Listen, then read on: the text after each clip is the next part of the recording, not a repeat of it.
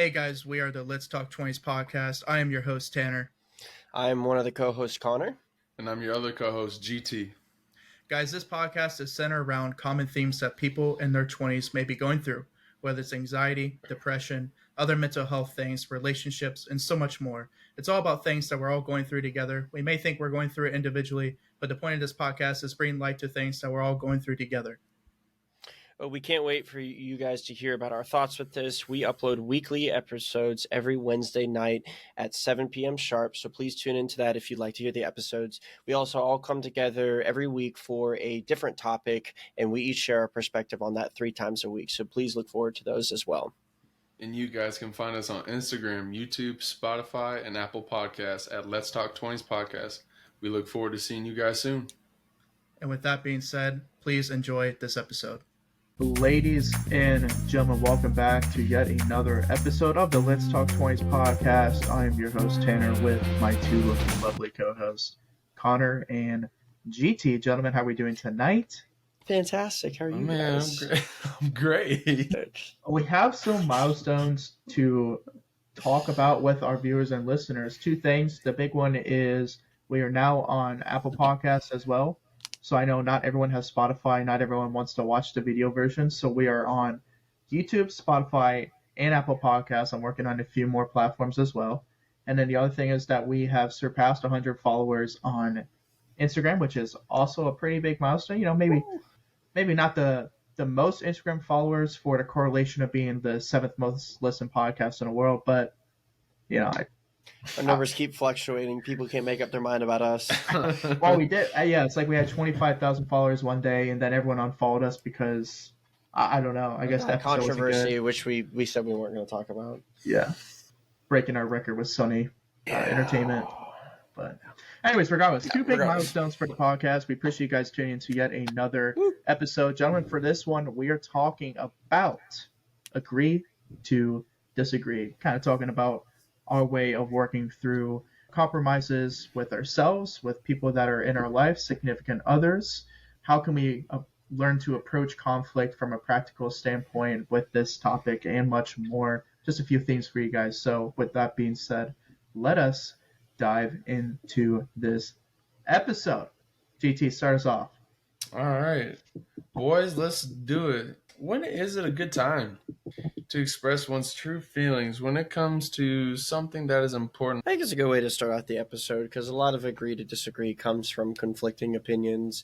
It comes from you having discussions with people and you kind of get to a point where because of maybe mutual respect for the other person or because you just don't want to keep arguing and whatnot, you're like, all right, let's say the saying, let's agree to disagree and like move on, for example. So yeah, I think it's a good question to start us off with it. I think, in my opinion, I do think that for the most part, it's always applicable to express your feelings in a candid way as long as you aren't doing it in a way that's maybe rude or disrespectful or something. But I also think that I do think it kind of depends on the situation. Sometimes you're not going to be able to truly express how you feel because of, I don't know, it could be a very tense situation. And maybe if you say exactly what you want to say, it could flame up the tension and then you can't reach a resolution at all in that way.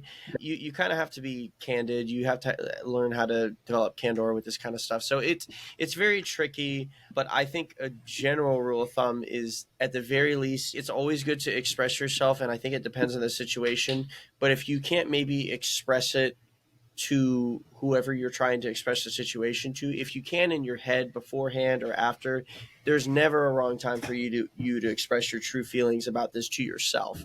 You can still have private conversations with yourself always, and it's always applicable because your feelings always do matter because you got to address those first. You can't ignore that. Yeah, that's a great answer. That's a great answer. I completely agree. I think that, like Connor said, the last part was the part that I was going to mention is that you got to make sure that you would be able to have that conversation with the individual about you giving a genuine answer. And I feel like part of it too is if you feel like 9 out of 10 times you cannot be genuine and tell that person how you feel, then that's honestly a them problem, not a you problem anymore.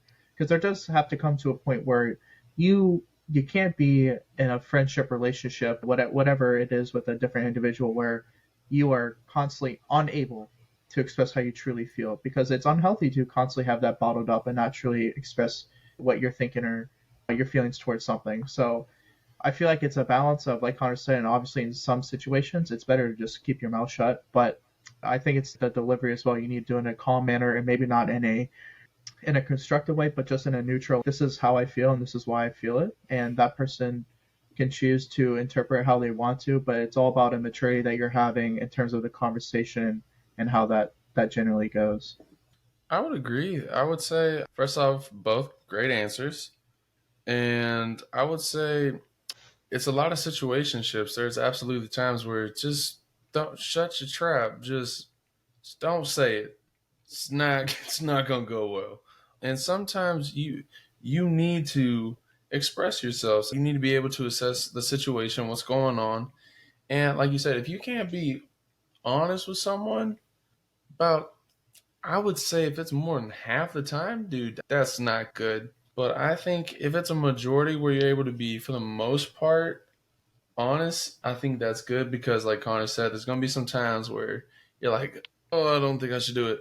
But just because of your intentions behind it, it's not something that you're withholding from them. It's something that maybe you overheard something or maybe you were told something. You're like, I can't be the one that tells them this because then it's going to blow up and there's going to be a chain reaction and it's not going to be good.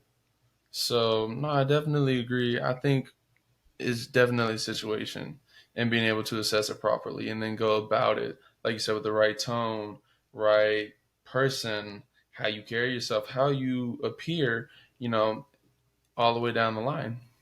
Well said, gentlemen. I think it's a good question, and I think you can get a lot into how agree to disagree has a lot to do with conflict. That's conflict is inevitable. Conflict breeds resolution, and resolution breeds understanding. Right? It's a necessary part of communication with all relationships and with people. And I like both of y'all's answers because it's really hard to navigate the right moments when you're supposed to express and when you're not. It kind of just depends on who the person is to at the end of the day. But like you guys are saying, hopefully you found somebody who, especially in a relationship, like GT said, at least a little more than half the time is a good thing to aim for. But yeah, kind of in regards to conflict, I found a quote, and I know it's not necessarily about agree to disagree, but like I said, I feel like that phrase comes a lot from conflict. So I found this quote about conflict that I thought was really interesting. And it says, peace is not the absence of conflict. It is the ability to handle conflict by peaceful means. It's from Ronald Reagan.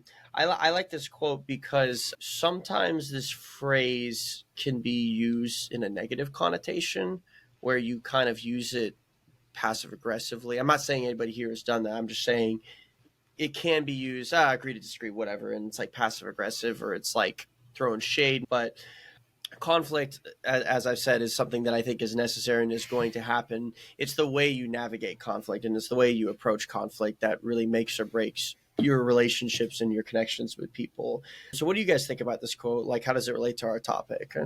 I think it's something where there's, like you said, there's going to be more conflict, and that's where it's going to happen. And I think you can't always avoid things because you're going to have to face it at some point. You can't always just stay on the run and stay away from something. Like, it's going to come at some point and you're going to be faced with it. So I think it's something where some people kind of go about it their own way and their own time frames and stuff. So that way they know how to cope with it and maybe deal with it, how they're going to go about it, like I just said. But I would just say that's very true. That's another point on peace because peace can go in so many different ways. I personally have never met two people who see eye to eye an exact same perspective on every single thing in life. And that's the beauty of there being 8 billion people and everyone having informed their own opinions and their views on just about anything, right? And so I think the quote's talking about how peace is just really more so about being able to handle conflict by peaceful means is absolutely true. And I think it relates to the topic because that's really what conversations and relationships are. Is obviously I'm one person, you're your own individual, but we maybe have several common interests, or we see eye to eye in certain things, and that's why we are attracted to one another, right? And yeah, I think it's really relevant to the topic, agree to disagree, because that it's all about compromising and realizing that we're all our own individuals and we have our own morals, beliefs, ideologies, etc. And we all just try to live in harmony, and we all just try to understand that and be empathetic with one another. And we don't all have to necessarily see eye to eye in certain things, but we can all still coexist. So I think it's a great quote. I'm glad y'all like the quote. You're going to come to our topic at some point in the nature of conflict, and any way that you can approach conflict by peaceful means, I think is very beneficial. And it's just hard to navigate through somebody else's views, you know? No, absolutely.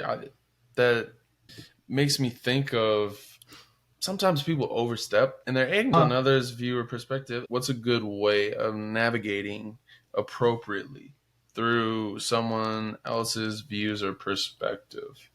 You know, I know I said situation earlier, but I mean, I really think you could navigate most situations trying to understand somebody's view or perspective by approaching it through the method of, I mean, really just utilizing empathy for one, having empathy and not just listening to what they're saying, but actually trying to put yourself in their position and maybe thinking about if you were in that position, how hard it could be for you. If it's a tough situation, or maybe it's a situation, I don't know, maybe you're agreeing to disagree about something with politics, for example. Maybe you can still put yourself in their shoes, like, okay, so they think about it because they approached it from this angle, and then, like, you know, maybe their life, they've been exposed to certain things. You're like, okay, I can understand it from that perspective. But the only way you're also going to know that too is if you show like a genuine interest in what their perspective and viewpoint is. Whoever you're having this conflict with, or if you're not having this conflict, but you just kind of come to this kind of disagreement or whatever, you're not going to really come to any kind of mutual resolution or any kind of mutual peace through conflict if you don't show genuine interest in what they're talking about. So I think just empathetic questions are the best way to approach this kind of stuff.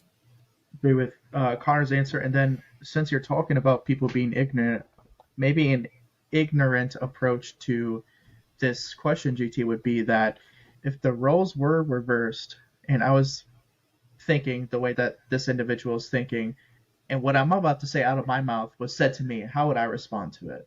If someone said those words to me, like Connor said, just put yourself in that person's shoes. And like I said before, we all are entitled to our own opinions and ideologies and everything. So it's really just about having a respect for other people and understanding that you may not agree with other people, but maybe you can learn from someone else's POV as well. And maybe you'll learn to understand that every perspective you may have in things isn't entirely perfect, and maybe you will learn a different perspective, or maybe just a snippet of a perspective on something that can alter your perspective on it in general. No, I love those answers, and those answers make me think of when we were kids, right? And you guys said it yourself. Think before you speak. It's also, what if that was told to you? Which is crazy, because those little things that we don't even think of, we're like, yeah, okay, just so that way we're not like bullies or being mean. But it's like, that's like real life. Yeah, that's crazy. They always stick with us, and we still think about it, right? It's still true to this day. And that's so weird. It's just so weird that how now that's coming up in these other smaller things, we're like, hold on, that's nothing like what we used it for when we were talking about in elementary school. I'm with you on that. It's weird how some life lessons are just continuous throughout your life. It's not like you become older and then you still don't have that conflict anymore. They just build on each other, and it just keeps growing out like roots. And it's like it doesn't stop growing. It just keeps going all these different facets and aspects. It's like your approach to the conflict changes as you get older because you change. Yeah. So you have to be adaptable to what the conflict is going to be, because the definition of the conflict is going to change. Get revised. It's even if the baseline 5-word definition is the same. Yeah. I like that question a lot. I want to ask you guys on a personal level, like I tend to do on the episodes. I try to ask the personal questions. Here we go. Agree to disagree.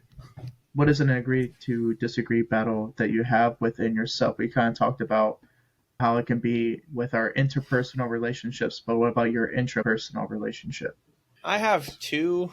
One of them is very, very personal that I'm trying to Mm, deal with right now. I'll go very personal because I'm actively trying to get better with this. I am in a bit of a battle with myself right now about like the serious addiction that I feel like I have to porn. I'm having an agree to disagree about like how over sexualized I think my brain has become without even realizing it since I've been looking at this since I was like 11 or 12, which is half of my life. It's actually more than half my life. And I go through this back and forth where I think that I'm fine and I function and I take actions that are totally fine, but then my brain just kind of just goes to that place sometimes without even realizing it. Like I'll literally just see something that reminds me of it and it's immediately sexual. And so then I think that I'm a pervert or like I'm really hard on myself. Why the hell am I thinking about this stuff? Because I'm trying to not look and I'm trying to get past this because I want to clear my head of this stuff. And so I go to an agree to disagree point because my brain's basically saying, oh, you're a pervert and you're a terrible person because you're thinking of this stuff. And I'm like, all right, fine, agree to disagree. I'm still not taking action on any of that. So I don't think I'm a shitty person, but whatever. My brain thinks that that's totally fine. That's fine. Whatever. It's a battle that I got to go through right now. It's very difficult. And it's like unwiring my brain in a way that has been wired for, like I said, the majority of my life. And it's very difficult to come to terms and be on the same page with my head at times because my brain will just kind of fire off and say that it's this and it'll just kind of double down on it. And I have to just kind of like be like, all right, agree to disagree. I'm going to let it go. And usually when I let it go, then I can get over it. But it's just kind of hard when I'm going through that in my head. It makes me think about it more. It Yeah. makes me more tempted and it makes me want to Oh, look at it more. And yeah, so yes. that's yeah. a great one. I would say this. I think this might be a shock, but I think I might be a better coach than a baseball player, and I know that takes a lot for me to say because I find myself to where all these kids that like I'll barely interact with, they're like, you gave me so much life advice and you gave me so much that it resonated with so many different things, and you put me in these different situations that make so much sense, and I've learned so much to where people a little bit older, like I didn't understand that, or they're now asking me, and it's like, whoa.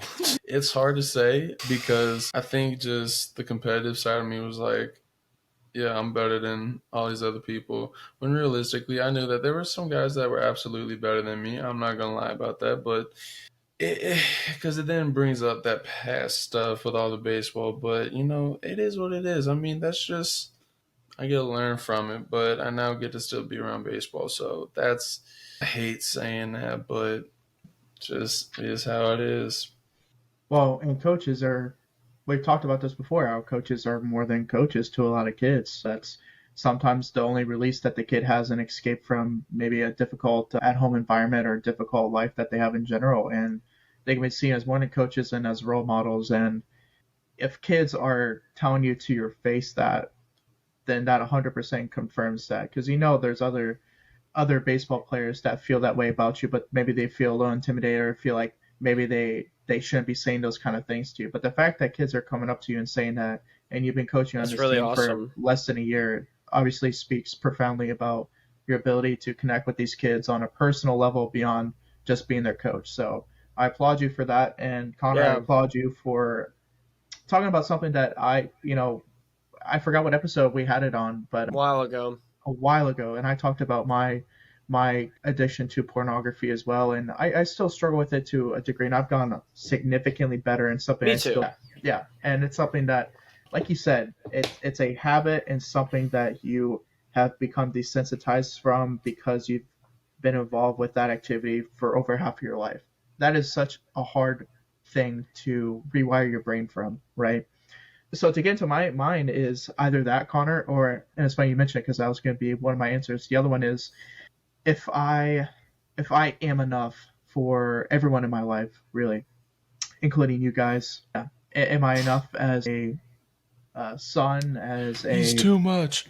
brother? Well, I mean, It's never too much. no, no, it's just something I struggle with in terms of feeling like at times what I feel like might be my 100% afterwards, and my mind's playing tricks on me, thinking that I'm not enough or I'm not doing good enough as a fiance, as a brother, you know. So it's a very hard internal battle at times because I know I spread myself too thin at times, but there's still a part of me that feels like I need to be better in a lot of aspects of my life simultaneously, and that gets overwhelming on top of everything else going on in life. So that's my battle. But all three of us we're living and we're learning and we're trying to determine what's true and what's not true about those statements. I would say that I really like both of y'all's answers. Very respectful. It's really tough to agree to disagree with yourself, to go back and forth, and unfortunately, and again, it's not a bad conclusion to have because sometimes you can have good resolution with that. But GT, just from what I'm hearing, I mean, it sounds like you're a fantastic coach, and if you can find any kind of calling or any kind of resolution with this part of your life, I hope this is it, man. I hope this is the thing that gives you value with this, and it sounds like so far it is, and I hope it continues to do that, man. Good for you. I'm proud of you, man. Tanner, I'm proud of you with the same battle that you and I struggle with, and as one of your best friends, I can say, at least for me and as the host of the podcast, you're enough, and you do more than enough than the average person, way Man more goes than enough, out of his way to call above and us and make beyond. sure we're good before himself. The boy is selfless. Yes, a very Appreciate it, guys. selfless, of course, man. A very selfless person, and you never need to doubt that. But I do want to shift gears. You know, we talked about personal stuff, and I hope when we talk about personal stuff, people can maybe go a little introspective to themselves as well and think about their own personal takes on this too. Agree to disagree. That's the whole topic of this week. We talked about it with ourselves. So let's go back to other people. When that is the conclusion that is reached, at what point do you guys think this conclusion should be reached in an argument with somebody? In other words, like, where is the line?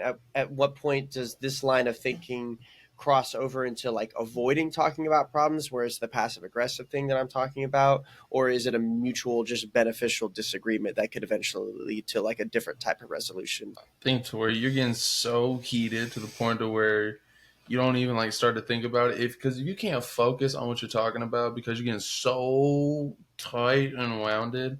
Honestly, the point to where you can't even be fully focused on it in a peaceful way, like you said. Once it starts to get a little peaceful, you can do a little bit, but if it gets to the point where you want to pop off, it has to be with absolute good reason. But for the most part, we want to deal with it in a peaceful way. So that's short, simple. That's how I'd answer it. I like that answer. I was going to pretty much Great say the same answer. thing of like if it's not a conversation anymore and either one of you or both of you are either changing your tone or you're starting to get pretty heated about it, then that's when you either need to take a break from the conversation or just drop the conversation completely. And it needs to be to where not one person's winning every agree to disagree conversation and not the other person is losing every agree to disagree conversation. And I feel like that, especially in relationships with a significant other, is a huge thing because you want your partner to feel like their voice does matter. And is there times where you're absolutely wrong and you should just admit that and understand that you're not always correct? Absolutely, and vice versa with your partner. But it shouldn't feel or get to the point where you or your partner feel that their voice is not heard or it's not even worth bringing up because they know that they're automatically going to lose every single conversation or argument that you have. That's where the line needs to be drawn. And that's speaking from personal experience and something that Cameron and I very much so had to work on because I don't know if you can imagine this, but I can be stubborn. And I don't know if you can imagine this. She can also be stubborn. Really? And so sometimes we do a little bit of this, and it's not like Connor, a, did you know that? it's That's not, news to me. it's not that it's a conversation of who's right, who's wrong, but we both want to feel like we got everything off of our chest, and sometimes that's not necessary. So that's my answer. Go ahead, Connor. I like that last point that you made. That's definitely something that I've run into before, where we both can be stubborn and we both want to express ourselves, but sometimes we are, I don't want to say overstep what the other person's needs are, but it's just like we focus a little bit maybe too much on what we want to say rather than what the other person is trying to give to us. You guys gave great answers. So the short and simple version that I can think of where the line is when the problem becomes you versus the person rather than you two versus the problem. That's the best way I can think of it. That is a very, very important and very beneficial way of approaching conflict, arguments, and resolution that I've adopted. And I've adopted an agree to disagree approach with some things that maybe just you can't get resolution in the moment as not necessarily a bad thing, because if you can agree to disagree, at least you're not at each other's throats about it. That's when it just, you're not talking about the problem, you're talking about the other person, and then feelings can get hurt really easily. And I'm sure that's going to happen inevitably just with conflict. You're going to hurt feelings at sometimes, even unintentionally. Maybe intentionally you do, and then you realize, oh, I shouldn't have done that. Like that's all going to happen, of course, but it's all about how you come together too. It's all about how you come together by the end of the conversation. And if that's where you leave it at that point. So yeah, short and simple. That's where I think the line is. All three of our answers were fantastic, and maybe we kind of just answered this question as well, or maybe you guys want to quickly add something else on top of your previous answer of, in your own personal relationship, what methods help you and your partner to compromise and truly see the other person's POV instead of agreeing to disagree. And then on top of that, the second part of the question is, what methods have you learned with your current partner? Dude, honestly, don't be afraid. Just say it. Just don't hold it in, because it builds up. And when it builds up, it explodes and it gets messy and bad. Also, I mean, I love my girl. Sometimes I gotta give her just some time to be like, let me just let you digest this just a little bit, so that way you really see my perspective and how I feel and what I said and how I conveyed myself and why I did what I did. Maybe it's not how you would have exactly gone about it, but let me explain to you, and then let that digest.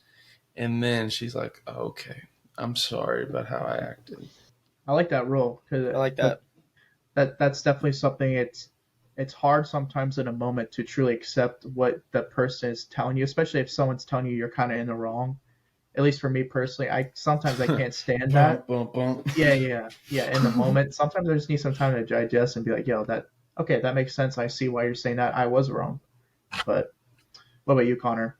I really like that one. I think space and silence, if done correctly and used sparingly, can be very effective to come back together. I don't think that you always have to just talk everything to death through, and if you don't, then that means you're not good at conflict. I think it just depends on the situation. So I like that, GT. One thing that we kind of do that, but like we have a code word. We're just kind of at a point where we're like, I don't know how to talk about this anymore. Can we just take a break? We can say this, and then it just pauses it, and we either will approach it in the morning or we'll approach it later if we're still up and thinking about it. Like, hey, are you ready to resume the conversation? Yeah, let's resume it. Let's talk about it. Sometimes it'll be like the next day. Sometimes if we're really busy in a week, hey, next time we see each other, can we finish talking about that? Yeah, sure, that's fine, because we took a break. So it's kind of the same thing, but using safe words. And then another thing that I think happens a lot of the times is sometimes when I'm trying to explain how I feel about something, or when Shay is trying to explain how she feels about something, we both want to help the other person so much that we sometimes just help without asking. So one thing I always ask now, and we both do this now, is do you need advice, or are you just looking to talk? Are you just looking to vent? And that saves a lot of stuff, because sometimes people just need to vent, right? If you just give your advice, it's like, okay, I didn't really need that. Are you listening to what I'm saying? Okay, I understand. You just want me to listen. Okay, I can do that. That's totally fine. If you want advice, I'm here for you. But if you just want me to listen, okay, I'm cool with that too. So yeah, just asking some candid questions like that. But the safe word is a big one. Yeah, those are fantastic answers. I would say, besides the two things you mentioned, because I implement those, is that if we pause the conversation and the following day I can't mention or remember everything that her rebuttal was, and vice versa, she doesn't remember all of the disagreements I was having with her, then clearly it wasn't that important. And yeah, I realize that sometimes the things that we argue about that we allow to boil over into the following day, if we're not able to remember all the details about that conversation, then why was it so heated in the moment? And that's when we're like, okay, clearly it wasn't something of significance. We need to push that past us and realize that that was just a dumb conversation or argument that we had. So Yeah. easier said than done. There are some times where maybe someone is holding a little bit more of a grudge than another person or remembers more of a conversation than the other. Then that's when it's revisited. But if it's something where we don't remember all the details about the conversation and clearly it was just in a moment talking about our feelings versus the actual logic of what needed to be a problem solution based conversation. So, Yep. Gentlemen, I like that. well, thank you. I think all three of us that's had good. fantastic advice and responses to this topic. Agree to disagree. Another one down. I appreciate you guys listening and watching to yet another episode of the Let's Talk 20s podcast. Follow the Instagram page, Let's Talk 20s podcast, and listen to us on Apple Podcasts as a new platform if that is your platform of choice. Ladies and gentlemen, thank you for listening. And as always, until the next one. Catch you later.